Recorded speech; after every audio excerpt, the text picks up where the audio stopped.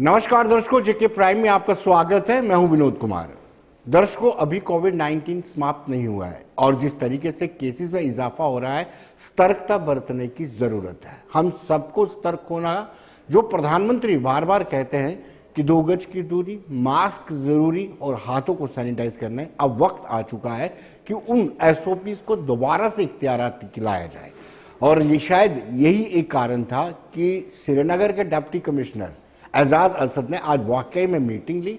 Meeting में अधिकारियों को साफ डायरेक्शंस दी कि आप रैंडमली चेक करें, रैंडमली सैंपलिंग करें, कहीं मामले और तो नहीं बढ़ रहे हैं। उन्होंने चिंता भी व्यक्त की है। चिंता व्यक्त करने के साथ साथ उनका यह भी कहना है कि समाज को भी अपनी जिम्मेदारी का एहसास होना चाहिए और अपने दायित्व का निर्वाह करना सोसाइटी को भी चाहिए। आइए देखते क्या कहा।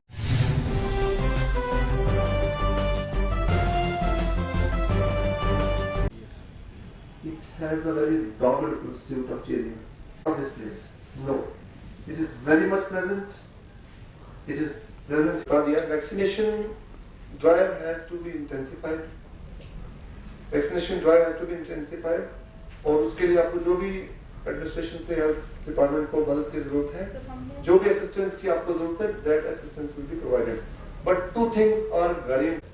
And again, rededicate yourself to fight this battle again. बस वो आप मुझे दीजिए।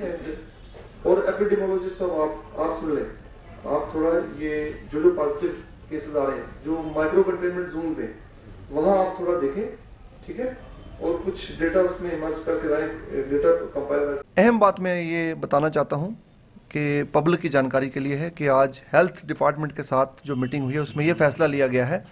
पहली चीज़ ये है कि विदाउट मास्क पब्लिक गैदरिंग्स में, पब्लिक प्लेसेस में सफ़र करते हुए, होटल्स पे, मॉल्स पे, किसी जगह भी अगर कोई शख्स भी विदाउट मास्क मिलेगा तो फ़ाइन होगा, नंबर 1। नंबर 2, विद मास्क के बगैर जो भी शख्स मिलेगा, जहाँ पर भी होगा, हमारी टीम पहुँचेगी और उसका ऑन स्पॉट कोविड टेस्टिंग होगी। ये 2 चीज़ें जो हैं, बिल्कुल मैं आपके हवाले से ये बताना चाहूँगा। 2 फैसले लिए गए हैं और अहम फैसले हैं कि आज अगर हम इनफ मेजर्स लेंगे, इनफ स्टेप्स लेंगे, तो हम अपना भी बचाव कर पाएंगे, अपने फैमिली का भी बचाव कर पाएंगे, अपने मोहल्ले वाले का भी, और अपने शहर का भी, श्रीनगर शहर जो है इसका भी बचाव होगा।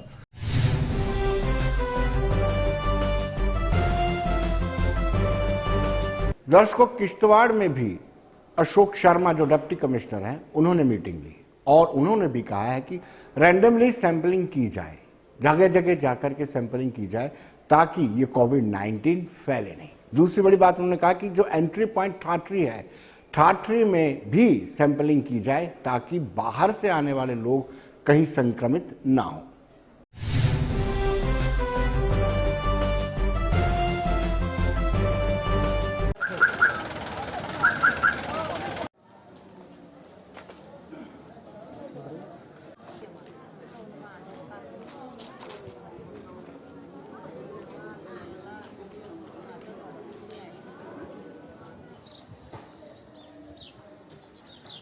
पहले क्या नहीं थी?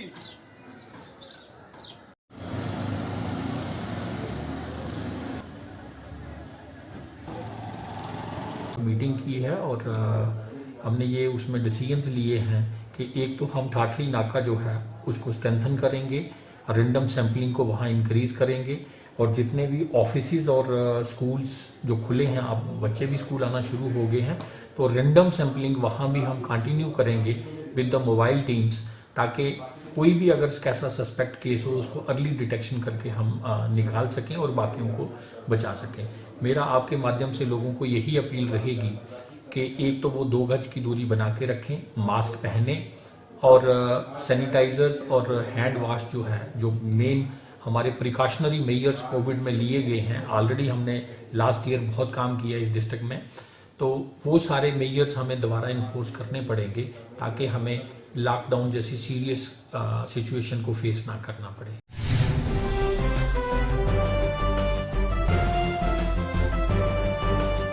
दर्शकों, गवर्नमेंट मेडिकल कॉलेज में जगह जगह बोर्ड लगाए गए हैं, इश्तेहार लगाए गए हैं कि लोगों को किस तरीके से एसओपीज को पालन करना है, एसओपी को फॉलो कैसे करना है। लेकिन हमने देखा कि जो तीमारदार हैं, तीमारदार सोशल डिस्टेंसिंग को फॉलो नहीं कर रहे हैं और लगातार केसेस में इजाफा बढ़ रहा है, तो चिंताएं भी लगातार बढ़ रही हैं। लोग फॉलो नहीं कर रहे हैं, लोगों को लगता है कि कोविड-19 खत्म हो चुका है, लेकिन बाकी पड़ोसी राज्यों में जिस रफ्तार से कोविड बढ़ रहा है और जिस रफ्तार से नाइट कर्फ्यू लगाए जा रहे हैं, उससे हमें भी सीख लेनी चाहिए और खासतौर पर तीमारदारों को सोशल डिस्टेंसिंग मेंटेन करनी चाहिए।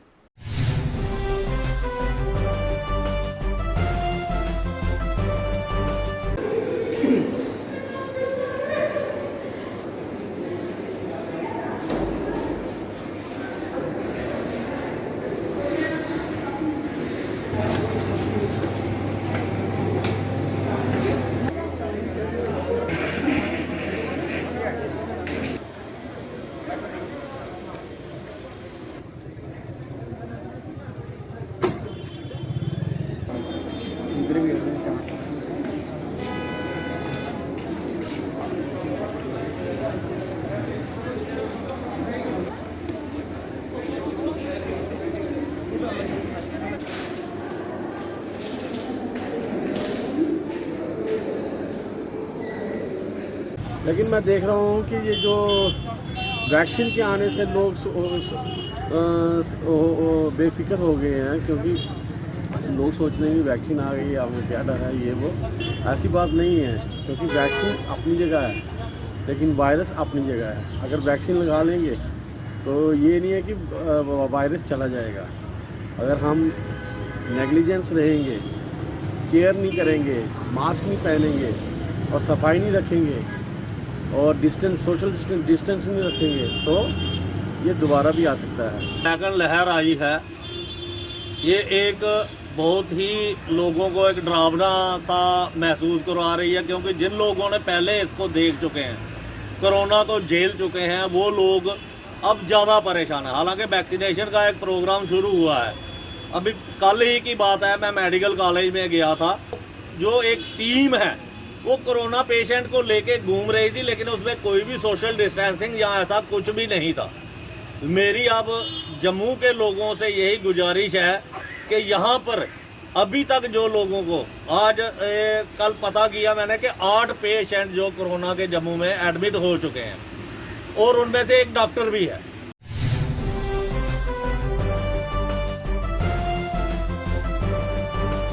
दर्शकों, कुछ रोज पहले हमने स्टोरी की थी और शायद हमारी स्टोरी का ही, खबर का ही असर साफ दिखा है कि गांधीनगर हॉस्पिटल में पिछले 2 महीनों से एक भी पॉजिटिव मामला नहीं आया था, लेकिन उसको कोविड-19 डेडिकेटेड हॉस्पिटल रखा गया था। लेकिन अब डीनोटिफाइड कर दिया गया है। अब वहां पर दूसरे मरीज भी आएंगे और आज से वहां पर कामकाज शुरू हो गया है। सारे कामकाज अब शुरू हो चुके हैं। आइए देखते हैं मेडिकल सुपरिटेंडेंट का क्या कहना है।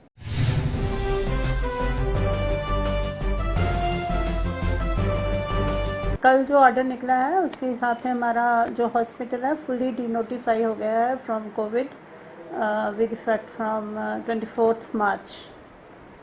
तो अब सब लोग आ सकते हैं यहाँ चेकअप के लिए, एडमिशन्स भी होंगी और बाकी जो प्रोसीजर्स हैं वो भी स्टार्ट हो जाएंगे। वैक्सीन भी लगती रहे। अगर केसेस बढ़ते हैं तो ये गवर्नमेंट है, अगर वो फिर से नोटिफाई करेंगे इसके कोविड हॉस्पिटल तो फिर से हो जाएगा। पर चूंकि हमारे पास मोर देन 2 मंथ से कोई पेशेंट नहीं थे कोविड पॉजिटिव जिन पे हमने कोई प्रोसीजर करना हो या कुछ करना हो, 2 महीने से नहीं था, इसलिए ये डीनोटिफाई कर दिया गया है। पब्लिक हो गया, अब आइए अपना जो भी उनकी प्रॉब्लम्स हैं उसको लेके अब वो आ सकते हैं यहाँ पे। जैसे कोविड के दौरान जब ये कोविड हॉस्पिटल डिक्लेयर हुआ था उसमें बाकी सब कुछ बंद था, अब वो सब कुछ खुल गया है।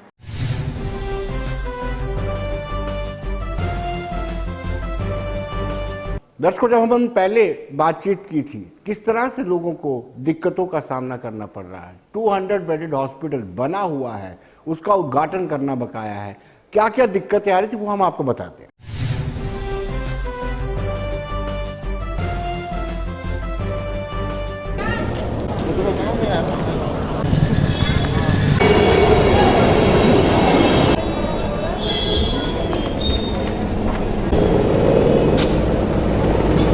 जी बहुत दिक्कत है जी। गांधीनगर के हॉस्पिटल जो हमारा ये इन्होंने बहुत अच्छी एक बिल्डिंग बनाई थी, 200 बेडेड की, जो ओपीडी भी बनाई थी। जब कोविड आया तो पूरे देश में आया था, आपको मैनेजमेंट करने में बहुत खामी आई। सबसे बड़ा दिक्कत जो गांधीनगर के लोगों को ये आई कि जो आसपास के लोग थे, नानक नगर, नई बस्ती, सतवारी, नरवाल, जो जब कोविड के चक्कर में इसको कोविड हॉस्पिटल डिक्लेयर किया, इसका ऑप्शन रखा गया सरवाल हॉस्पिटल, जीएमसी भी कोविड था। तो यहाँ के लोकल्स थे, उनको बड़ी परेशानी हुई वहाँ पे, उनको बेड नहीं मिलनी, जो रेगुलर ओपीडीज थी वो नहीं मिलनी, और भी 100 किस्म की दिक्कतें आई। अब तो कोविड अंडर कंट्रोल है, अब तो कोविड की वैक्सीन भी आ गई, अब तो लोगों की सुविधा के लिए इसको खोल देना चाहिए। अगर आपने इन्वेंट्री की है, इस पर इन्वेस्टमेंट की है, तो इसको खोल देना चाहिए। कोविड के नाम पे लोगों को ये स्टिल हरासमेंट यहाँ पे हो रही है, यहाँ पे प्रॉपर ट्रीटमेंट नहीं मिल रही लोकल लोगों को, लोकल ही ज़्यादा हरास हो रही है। जो गांधीनगर हॉस्पिटल के अराउंड के जो जितने भी एरिया, पॉपुलेटेड एरिया, उनको बड़ी हरासमेंट है वहाँ पे। जो नहीं अफोर्ड कर सकते प्राइवेट ट्रीटमेंट, उनके लिए बेस्ट ऑप्शन था, पर ये बंद कर दिया। इसको कोई फायदा नहीं बंद करने का, अब तो कोविड कंट्रोल में है। आज से देखा हमने, पिछले महीने हम आए थे, उस दिन नहीं देखा, बोला इधर क्वारंटीन वाले आते हैं ज़्यादा। बाकी का होता है टेस्ट, उधर नहीं जाने देते हैं। अभी हम भी गए थे, अभी उधर जाने नहीं देते हैं। आज खोलना चाहिए, मुश्किलात हो जाते हैं सर, मुश्किलात हो जाते हैं। सरकार से कहते हैं कि इनका कोई अलग डिपार्टमेंट रखो, तो यहाँ लोग आएंगे, पेशेंट को देखेंगे, तो सहूलियत हो जाएगा। ये हमारी विनती है।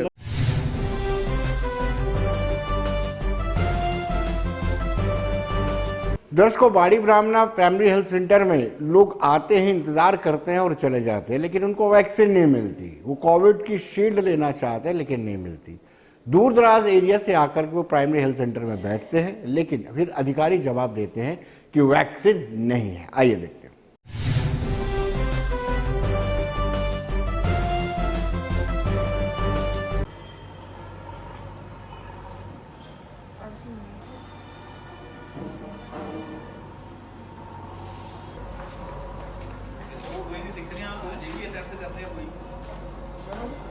जा रहे हैं, नो वैक्सीनेशन, वापस जा रहे हैं।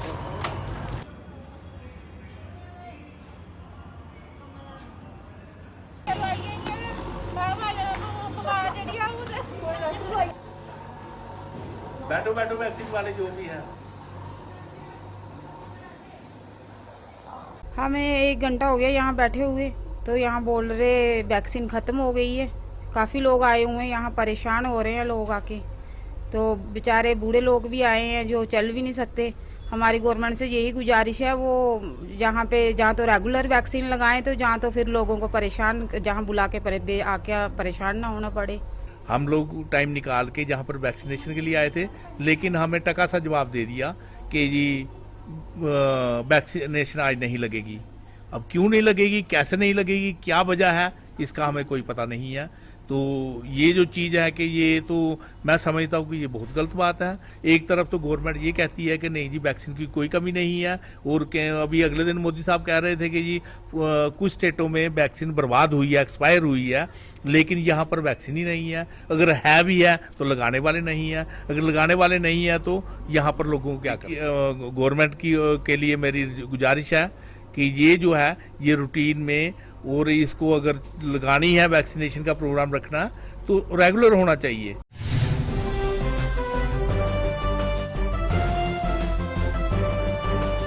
दर्शकों, आज हायर सेकेंडरी स्कूल्स के स्टूडेंट्स ने प्रोटेस्ट किया। कोविड से इसलिए जोड़ रहा हूं मैं क्योंकि वहां पर भी सोशल डिस्टेंसिंग बिल्कुल भी फॉलो नहीं की जा रही थी।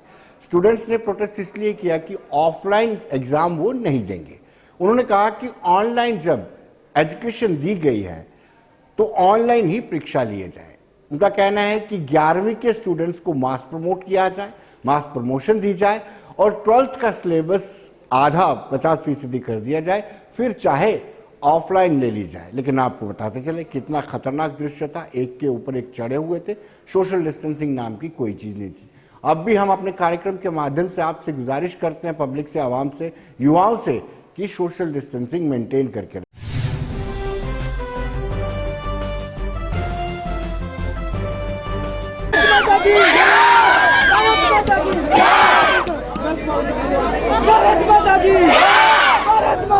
स्टूडेंट यूनियन जय बोल, मुर्दाबाद मुर्दाबाद, डूब मरो मैं डूब मरो,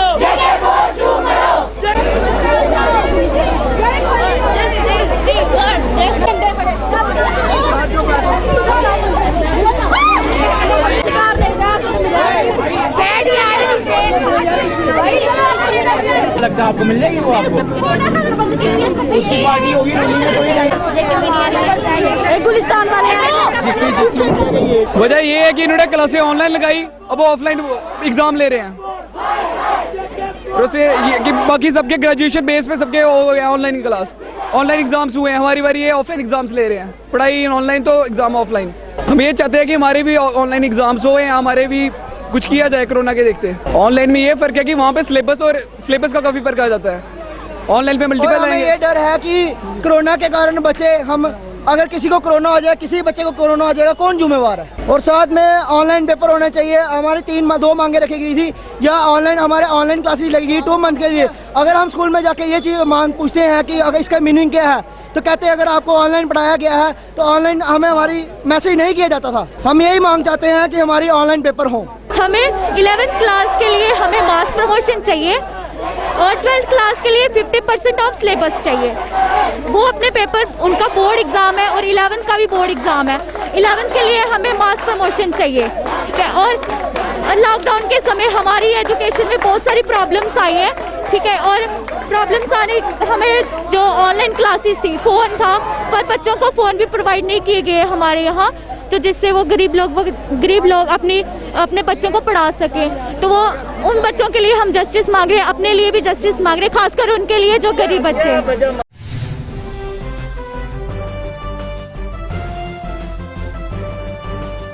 दर्शकों, स्टूडेंट्स ने घेराव किया था, बोर्ड का घेराव किया था और उसके बाद वो सचिवालय की तरफ आना चाहते थे, लेकिन पुलिस ने उनको रोक दिया। लेकिन उनका बार बार यही कहना था कि ऑनलाइन वो परीक्षा देने के लिए तैयार हैं, ऑफलाइन परीक्षा बिल्कुल नहीं देंगे। और उन्होंने कहा कि 50% तक सिलेबस कम होना चाहिए।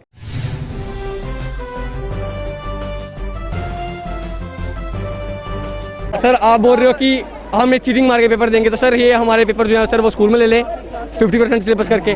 सर ये हमारी वो भी बात नहीं मान रहे हैं। पूरे साल अगर हमें इन्होंने ऑनलाइन पढ़ाया है सर वो भी ऑनलाइन में क्या है, सिर्फ 1 क्लास लगती थी सर अकाउंट्स की। सर बाकी जो थे वो लिंक्स भेजते थे सर अगर इन्होंने लिंक्स ही भेजे सर स्कूल लगा ही क्यों रहे हैं? फिर स्कूल बंद कर दे, फिर स्कूल पढ़ने का कोई सर हमारा फायदा ही नहीं है अगर ये ऑनलाइन पढ़ाएंगे। सर यूट्यूब से वीडियो निकाल के देते हैं हमें कि यहाँ से पढ़ो।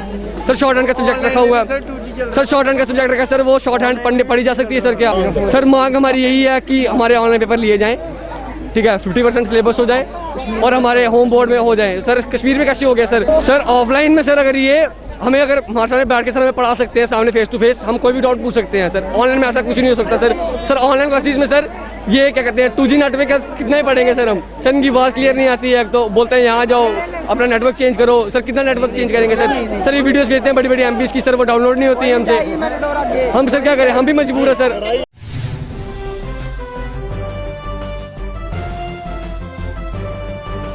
दर्शकों, कोविड के मौजूदा हालात को लेकर के हमने कुछ लोगों से बातचीत की और उन्होंने भी चिंता जाहिर की। उन्होंने कहा कि सरकारी फंक्शनों में सरकार पूरा इंतजाम नहीं करती है, सोशल डिस्टेंसिंग मेंटेन नहीं करती है, लिहाजा सरकार को अपनी तरफ से पहल करनी चाहिए।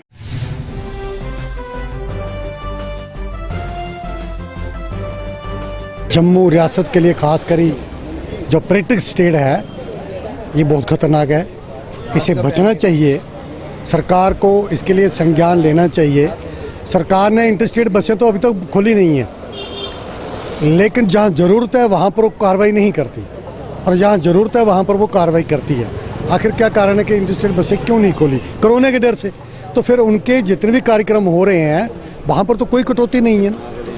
हम कल भी एक रेलवे स्टेशन पर यहाँ टूरिज्म की प्रमोशन के लिए एक सेमिनार रखा था, तो बहुत संख्या में बैठे हुए लोग, सरकार का प्रोग्राम है, तो सरकार पहले अपने आप को सुधारे, फिर लोगों को उसके लिए प्रेरित करे कि आप इससे बचें। ये कोरोना है जो जानलेवा है, हमारे लिए हानिकारक है, तो इसे लाइटली नहीं लेना होगा।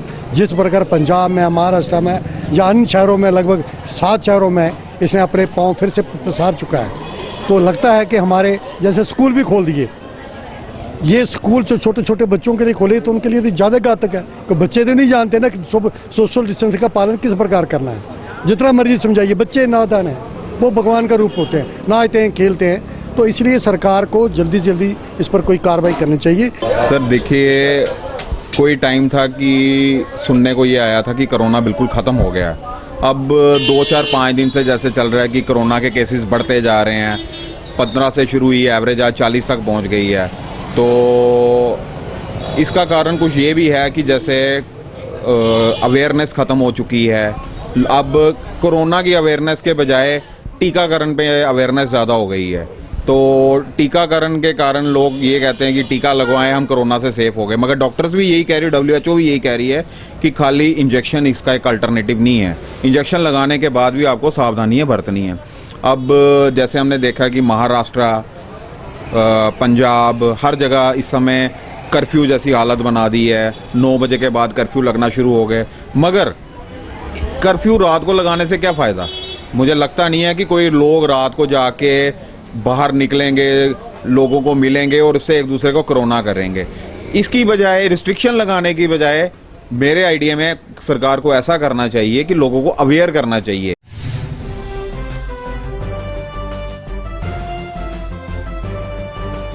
उन्होंने लोगों से भी गुजारिश की है कि लोग भी सोशल डिस्टेंसिंग को मेंटेन करके रखें। जो SOPs हैं, अगर कोविड-19 से लड़ना है क्योंकि वो दोबारा आ रहा है, तो कम से कम हमें अवेयर होने की सख्त जरूरत है।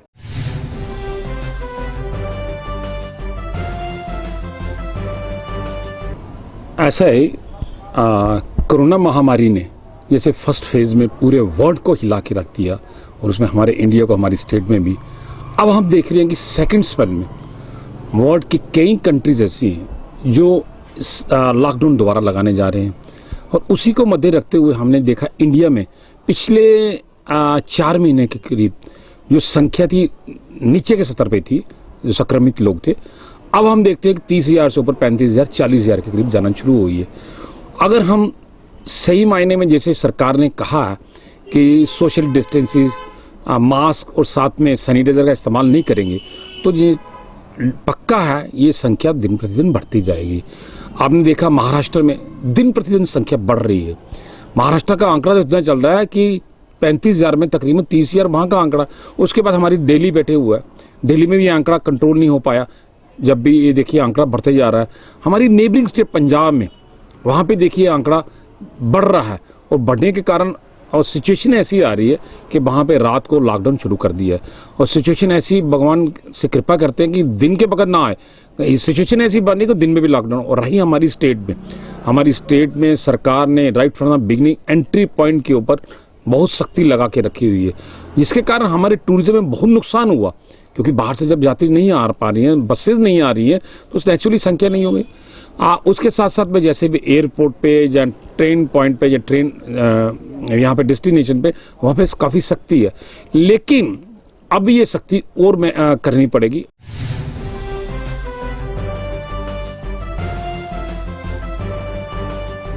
दर्शकों, अब हम चर्चा करते हैं Jammu Kashmir high court bar association के इलेक्शन को लेकर के।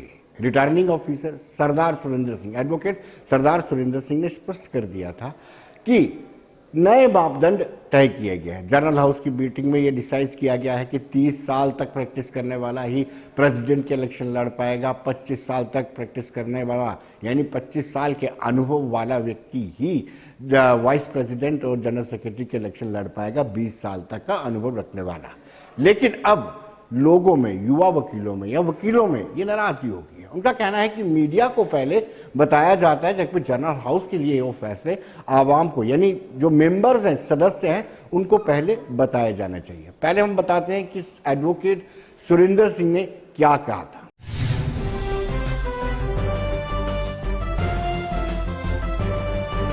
मैं Surendra Singh, former president bar association Jammu. इस वक्त मुझे चेयरमैन रिटर्निंग ऑफिसर अपॉइंट किया गया इलेक्शन, बार के इलेक्शन होल्ड करने के लिए। हर साल बार की इलेक्शन होती थी, बीच में एक बार दो साल के टर्म भी हुआ। तो ये इलेक्शन की ड्यू थी हमारी बार की इलेक्शन, ये अप्रैल 2020 थी, 2020। लॉकडाउन की वजह से इलेक्शन हो नहीं सकी। तो उसके बाद जो आउट गोइंग प्रेसिडेंट थे, उन्होंने राजेश कुमार RK कोतवाल साहब को अपॉइंट किया इलेक्शन होल्ड करने के लिए। 1 April date of issuance of election notification 1 April 2020।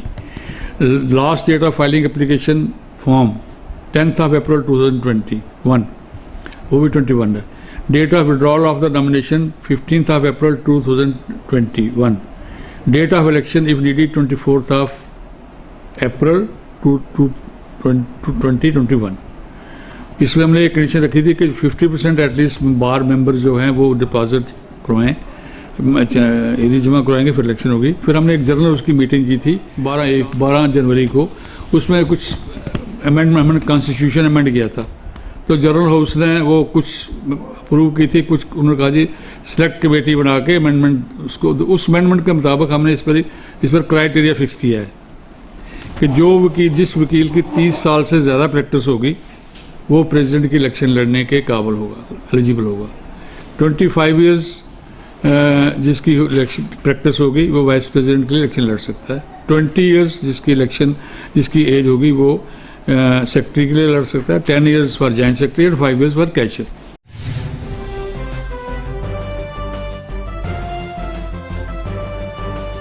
दर्शकों, युवा एडवोकेट का कहना है कि इस तरह के जो फरमान जारी किए जाते हैं वो बिल्कुल इसके खिलाफ है। उन्होंने कहा कि कॉन्फिडेंस में नहीं लिया गया है। उन्होंने यहां तक कहा कि इस फैसले को लेकर के वो चैलेंज करेंगे और दोबारा जनरल हाउस की मीटिंग से रिक्वेस्ट करेंगे, जनरल हाउस से रिक्वेस्ट करेंगे कि इस पर पुनर्विचार करें।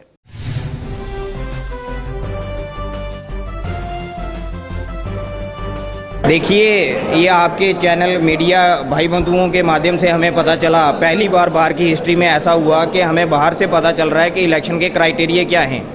जबकि पहले ऐसा होता था कि बाहर के इलेक्शन का अगर कोई भी डिसीजन लेना है तो वो अंदर जनरल हाउस में लिया जाता था और मेंबर्स को पहले पता होता था और मीडिया में बात बाद में जाती थी। इस बार ये अचंभा रहा कि रिटर्निंग ऑफिसर जिनके पास पावर सिर्फ इलेक्शन कंडक्ट कराने की है as per notification, as per constitution of बार, तो उन्होंने एक क्राइटेरिया सेट कर दिया कि प्रेसिडेंट की पोस्ट के लिए 30 साल की वकालत होनी चाहिए बंदे की, वही एलिजिबल है। कैशियर के लिए 5 साल की होनी चाहिए, जो बार के मेंबर्स को गवारा नहीं थी। उसके खिलाफ हम लोगों ने एक मीटिंग आज यहाँ कॉल की थी, जिसमें सब ने सहमति के साथ यही चीज़ ऑप्ट की है। एक तो यहाँ से उनकी रिटर्निंग आरओ साहब की स्टेटमेंट का खंडन किया है, दूसरा हम लोगों ने यहाँ एक डिसाइड किया है कि रिक्विजिशन जो है वो मूव की जाएगी इस इलीगल स्टेप के खिलाफ, कि जो भी करना है वो जनरल हाउस में किया जाएगा जल्दी से जल्दी, विदिन 2 और 3 डेज जनरल हाउस जो है वो कंडक्ट करो। और ये जो रिटर्निंग अफसर साहब की अगर वो उन्होंने गलती से स्टेटमेंट दी है तो उस स्टेटमेंट को वो वापस लें। देखिए, ये जो क्राइटेरिया फिक्स हुआ है कोर्ट के अंदर जो इलेक्शंस के रिगार्डिंग, जो इसमें 10 साल, 5 साल, 15 साल, 20 साल जो क्राइटेरिया फिक्स किया है, जो भी क्राइटेरिया यहाँ फिक्स होता है वो जनरल हाउस में मीटिंग होती है, जनरल हाउस में ये इश्यूज डिस्कस किए जाते हैं। अगर जनरल हाउस पास करे तो उसमें ये चीज़ सामने आती है, अगर जनरल हाउस पास करे तो उसके बाद ये चीज़ आनी चाहिए। लेकिन ये ऑन देयर ओन अंदर बैठे हुए जनरल हाउस में इशू डिस्कस नहीं हुआ और वो मीडिया में बोलते हैं कि ये जनरल हाउस में ये चीज़ पास हुई, ये चीज़ पास हुई, ये सरासर गलत है। इसमें यूथ को बाहर करने की कोशिश की जा रही है, यूथ की आवाज़ दबाने की कोशिश की जा रही है और बार को डिवाइड करने की कोशिश की जा रही है, जो मुझे लगता है। तो ऐसी चीज़ें नहीं होनी चाहिए बार के अंदर। जो पुराना कॉन्स्टिट्यूशन है, पुराने कॉन्स्टिट्यूशन के तहत ही इलेक्शन होनी चाहिए और उस कॉन्स्टिट्यूशन में लिखा हुआ है कि जब भी कोई आप कॉन्स्टिट्यूशन अमेंड करेंगे तो उसमें एक फिक्स्ड मेजॉरिटी डिस्कस की हुई है कि इस मेजॉरिटी के तहत ही आप कोई भी अमेंडमेंट कर सकते हैं कॉन्स्टिट्यूशन में। तो वो चीज़ नहीं थी यहाँ पे, और लॉकडाउन के दौरान आप जनरल हाउस कॉल करते हैं, चंद वकील वहाँ हाउस में बैठे होते हैं और मोर ओवर उस जनरल हाउस में ये चीज़ इशू डिस्कस ही नहीं होता, अब कॉन्स्टिट्यूशन पास ही नहीं होता, अमेंडमेंट होती ही नहीं है और आप मीडिया में ये चीज़ बाइट देते हैं, ये सरासर गलत है।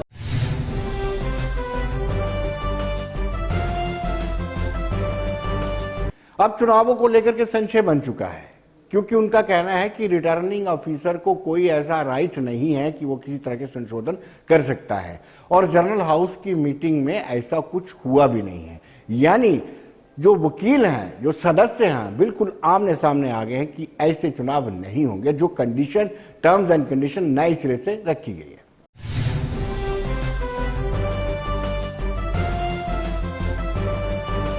देखिए, ये जो क्राइटेरिया बनाया गया है इसकी ना ही अभी तक कोई नोटिफिकेशन ऐसी निकली है और ये एक मीडिया के माध्यम से हमें ये पता चला कि इन्होंने क्राइटेरिया फिक्स कर दिया जिसमें प्रेसिडेंट की 30 साल प्रैक्टिस रखी गई है, वाइस प्रेसिडेंट के लिए 25 साल, सेक्रेटरी के लिए 20 साल। इससे जो क्राइटेरिया ये जो बनाया गया, हम इसकी सख्त मजम्मत करते हैं और हम रिटर्निंग अफसर से अपील करते हैं कि रिक्वेस्ट करते हैं कि ये जो उन्होंने अपना क्राइटेरिया जो ये फॉर्मुलेट कर रहे हैं इसको इमीडिएटली विड्रा किया जाए। दूसरी जो इन्होंने कंडीशन लगाई है कि 1500 वकीलों की अगर फीस जमा होती है तो बाहर की इलेक्शन जो है करवाई जाएगी। हम चाहेंगे कि इस समय कोरोना वायरस का जो प्रकोप है दिन ब दिन बढ़ता जा रहा है, इसको, और इस समय वकील इस हालत में नहीं है कि वो फीस जमा करवा पाए, इसको भी फौरी तौर के ऊपर इसको भी कर्टेल किया जाए, जो सेक्शन जो इन्होंने कंडीशंस लगाई है उसको डिलीट किया जाए।